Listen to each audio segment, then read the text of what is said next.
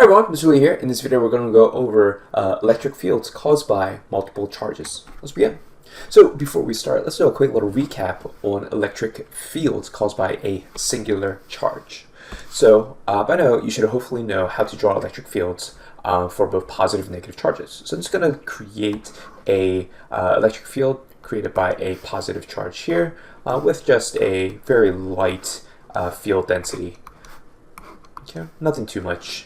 Now, of course, in real life, this is just a model, and in real life, the electric field goes all throughout the charge, but this way it is just a representation that it is not as strong as a charge that it is greater in charge, and we will show that by drawing more field lines. Okay, so here we have an electric charge, and that electric charge is creating a field around it. And let's say we have a test charge, right? So we just have a positive test charge right there, and we want to know, well, if we have a positive test charge, what are all the things that this test charge could feel? So with that in mind, we come across our very first equation. So we say that if we have a charge within an electric field, that charge will experience a force. And so here we have our very first equation, and of course we can rearrange it so that we have F divided by Q, and that gives us our field equation. Okay, so let's pause there and really go over what this equation means. Okay, so a lot of the times the hardest part about these equations is actually knowing what you're taking a look at. So this F up here would be the force felt on the, I'm going to just say test charge, right? Now, this is not the same charge that is creating the field, right? So this is not the field charge, all right?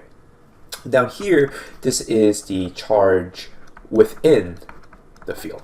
That's very important.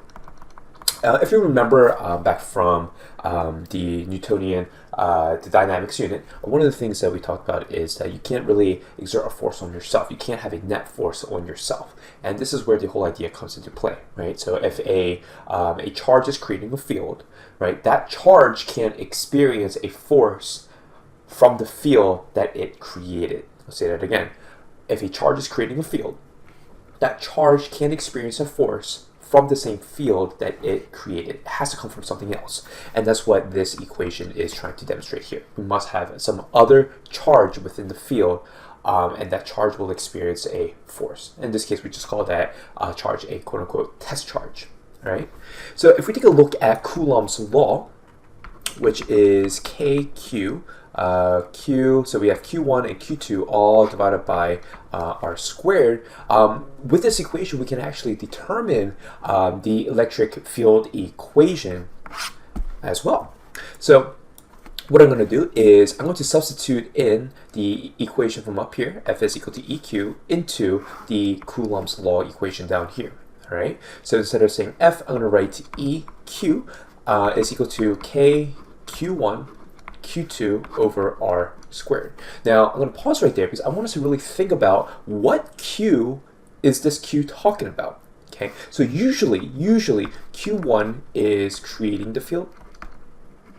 Okay, Q1 is creating the field, and we can say that Q2 is the charge experiencing the field. Now, this isn't always the case, but at least for our class, we can make sure that that is what we use so that we don't get confused. All right. So in this case, this EQ, this would be Q2 because that will be the charge experiencing the field. All right. And that actually helps our math out exponentially because now we can do some algebraic manipulation to cancel things out. So we have Q2 on both sides. So what ends up happening is that the Q2s cancel out. Okay, and so we get a equation that looks like this. The electric field is equal to KQ1 over R squared. Now this is important. This is different from the equation from before. This electric field, is the field that Q1 created. Okay, so this Q1 is the center of the field. Right? And that's important for us to know because the rest of the equation really does describe what's going on here. So here we have Q1, sorry, I have a charge right there, Q1, and at a certain distance away, so we can say r, right, at a distance r away, there is a magnitude of field, and we can draw that with a arrow, right? So that's the E. Okay, so this Q1 is the middle of the field. R is how far away that we are looking at, and we can say at that point we will have a field, and we call that E. So here we have our two equations. We have E equals KQ1 over R squared, and above we have F is equal to EQ, and we combined F is equal to EQ with Coulomb's law in order to get the third equation. Okay, so they all do tie in together very nicely. Now, another way to really think about this is using the gravitational force formula. And this is a formula that we discussed in the mechanics course. So the gravitational force formula is F of big G is equal to the constant m1, m2, all divided by r squared. So what this tells us is if we have two objects, those two objects will be attracted to each other for any distance away r. And usually we talk about, let's say, the Earth, and we can say like the moon, right? Or we can say the Earth and you're on the Earth, right? And the distance r is how far away you are. Okay, so how can we combine all this with the whole idea of a field? So let's just say M1 is, let's say that's the Earth, because that's creating the field, right? And then M2 is any object experiencing the field. So it could be you, it could be the moon, it could be different planets, right? Or it could even be the sun. All right, now here we have this big F. What we're going to do is we're going to apply Newton's second law. So we can say F is equal to MA, G M1, M2 over R squared. So let's think about it, right? If we want to know what the Earth does to you, right, we call that the weight equation. And the weight equation is just mass times the acceleration due to gravity, which is in the form of W is equal to ma as well, but we use g for deceleration due to gravity because you're in the gravitational field. So within this equation, these m's are describing u. And if you remember, we described u as m2, so I'm just going to write m2 in there. All right. Now, right above it in green, I'm just going to put the other form of the weight equation, just so you could see what's going on there. All right. Now, if we do some algebraic manipulation, we can see that the m2's cancel out, right? And what we're left with is a is equal to g m1. By the way, that is the Earth, all divided by r squared. So what this gives us, and if you remember from up here, that a is just g, right? The gravitational field for the Earth, m1, is determined by this equation. All right, so what this tells us is that if we have m1, the Earth, at a certain distance away from the Earth, r, we can expect a gravitational field based on that formula. Okay, so it is very much similar to the electric field formula.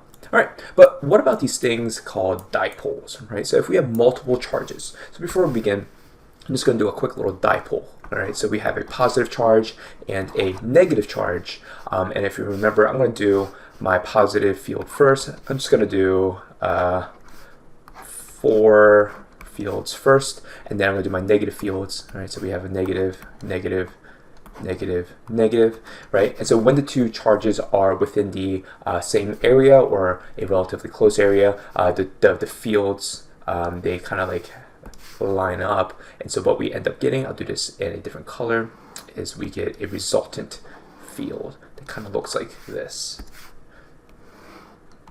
Okay. So we get field lines that look like this. Right, and these are more of a bending outwards like so. And these kind of bend in like this. All right, and then we have these field lines that go out like so. Now, compared to the original 4 fields that I drew, I did draw a lot more field lines, but that's just to show you what's going on as more and more field lines can be drawn. Remember, the field lines just show you the magnitude or the strength of the field because in reality there's an infinite amount of field lines there. All right, so this is what it kind of looks like. All right, so the question is, if we wanted to know at this point, right, let's say right here, right, at that little point right there, what is the strength of the field? Okay, what do we do? Well, the answer is, it's pretty simple because we already have all the equations, and we just have to utilize our knowledge of vectors because fields are vectors. Remember, vectors have both scalar, which is a magnitude, right, and direction. And what we can do with vectors, anything with direction and magnitude, is we can do some addition, right, if they're along the same axis. And so what we would do is create a formula that says E, okay, the net force, or excuse me, the net field is equal to, I'm going to call this positive, I'm going to call this Q1, I'm going to call this Q2, right? We can say that it is equal to K Q1 at a distance of R1 squared away. Now, the reason why I'm using R1 is because the distance from here to that point, we can say that's R1, is different from the distance of, we'll do that in a different color, the distance from this negative charge to that point, right? That's what we call R2, right? It's further away. So it has separate distances. KQ1 over R squared. I'm gonna ignore my, my math symbol there. KQ2 over R2 squared. And the reason why I want to ignore it is because I want us to think about it, right? A lot of the times when we do these physics problems is, one, you got to always draw it out, sketch it out. Sketching it out really, really helps. Because if you sketch it out, especially with vectors, you need to know what direction the field lines are pointing. So what I'm going to do is I'm going to take a look at that point right there. All right, so let's see if I could, oops, R2 squared. All right, so I'm going to take a look at, I'm going to highlight it so that you can see what I'm talking about. I'm going to take a look at that point right there. All right, so let's say right here, that highlighted portion, I'm going to draw it down here, right? So that's the highlighted part. All right, now at that point, okay, we have a field line that is pointing to the right. I guess I should make that green because it was originally green. That is pointing to the right, so that is my field line from Q1, right? So I'm going to call that E1.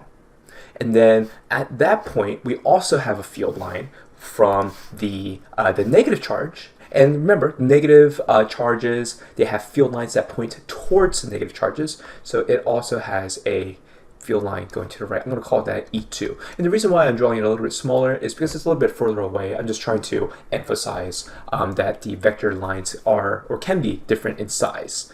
Okay. So here we have two arrowheads that are pointing towards the same direction, and we call that direction to the right. And so what I can say is that they are both positive. So we can just add up the field lines there. Okay. And that is how we can determine the field line at that point. All right. And you can use this technique for any point along this space to determine the field strength at any point away from the charges. Okay. Now, what about a position that has both the x and the y axis? So let's try that. You know what? We'll just say up here. Okay. So let's highlight it. Let's highlight that in green. All right, so let's take a look at that point. Actually, we'll make it a little bit more towards the left. What about that field line right there? Okay, all right, so if we are taking a look at that point right there, what I'm going to first do is I'm going to draw the field line that exists from each individual charge as if the other charge wasn't there. Okay, so for example, if I'm going to draw the field line from Q1, it will look something like this. I'm going to draw this in, let's do this in black. Yeah, let's do this in black. Actually, we'll do this in green. All right, so from the charge to that point, we're going to have a straight line. Okay, I'm going to, let's make that a little bit bigger. There we go. All right. Hopefully I can connect. There we go. All right, so at that point, okay, we have a field line that's going to point up and to the right. All right, I made that nice and big for us to see. So that'll be considered field line 1. All right, now what about this negative charge? Okay, so with the negative charge, I will draw from that point to the charge. All right, that point to the charge. All right, so that's my dotted line. That means the field line will be along that axis.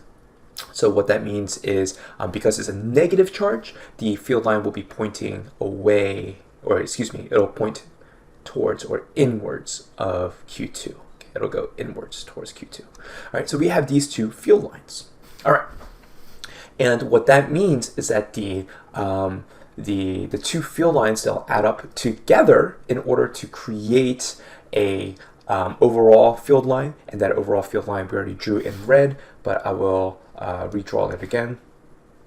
Let's do this in black, and that field line at that point will have a field line that looks something like that if we were to add up the two together. All right, so that's what it would look like if we're just sketching out the field lines. That black field line would be, I'm going to label it, so should you, this would be sigma E at that point right there, okay?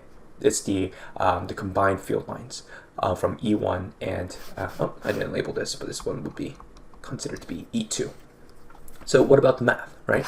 Now, the math is nothing new that we did before, or compared to the ones that we did before.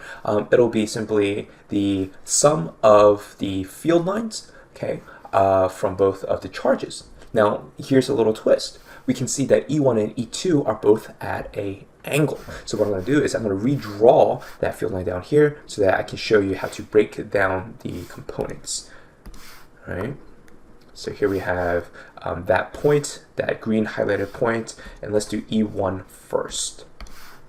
And so if this is E1, okay, if that is E1, that means that there has to be an angle here, right? There has to be an angle right there, and we can break up E1 into E1x, and we can break that up into E1y, right? We have two different vectors, and also we have that E2, right?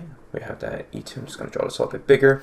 So here we have E2 with a angle. I'm going to call this phi to separate it from delta, right? And that has E2x, and this has E2y, right? So if we take a look at the drawing, we can state that the EX's would be, simply put, E1x plus E2x. Okay, now here's what's cool. We can see that both of the EX's, they have adjacent sides. Okay, so what you would do is you would take the field strength, which is KQ1 over R squared, but you would just multiply that by the cosine of theta. So it would look something like this. We would say E1 cosine of theta plus E2 cosine of phi. All right. Now you could put it like this, and if you want to take it a next step further, we can just say that E1 is KQ1 over R1 squared, whatever that distance is, cosine of theta plus KQ2 over R2 squared, cosine of phi, and whatever you would get would be the summation of all the E fields on the X direction at that point. All right. Now what about the Y? So we have e to the y, so it is going to be e1y and then e2y. But if we take a look, e1y and e2y, they're pointing in opposite directions, so we can say that the downward one is negative. We're going to subtract the two.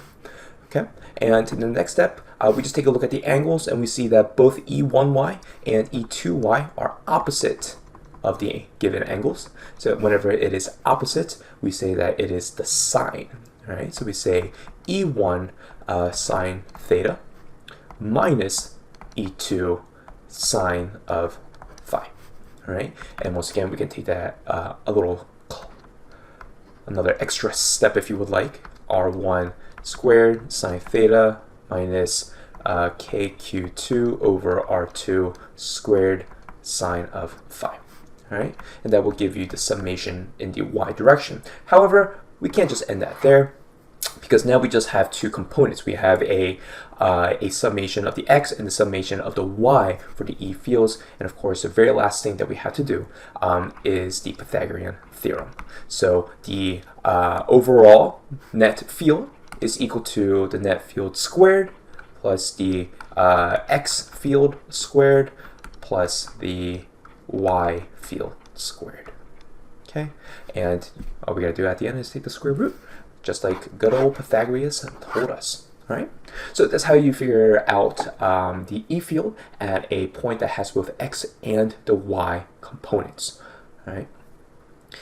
Okay, so that's it for me. I'll see you all next time. Bye-bye.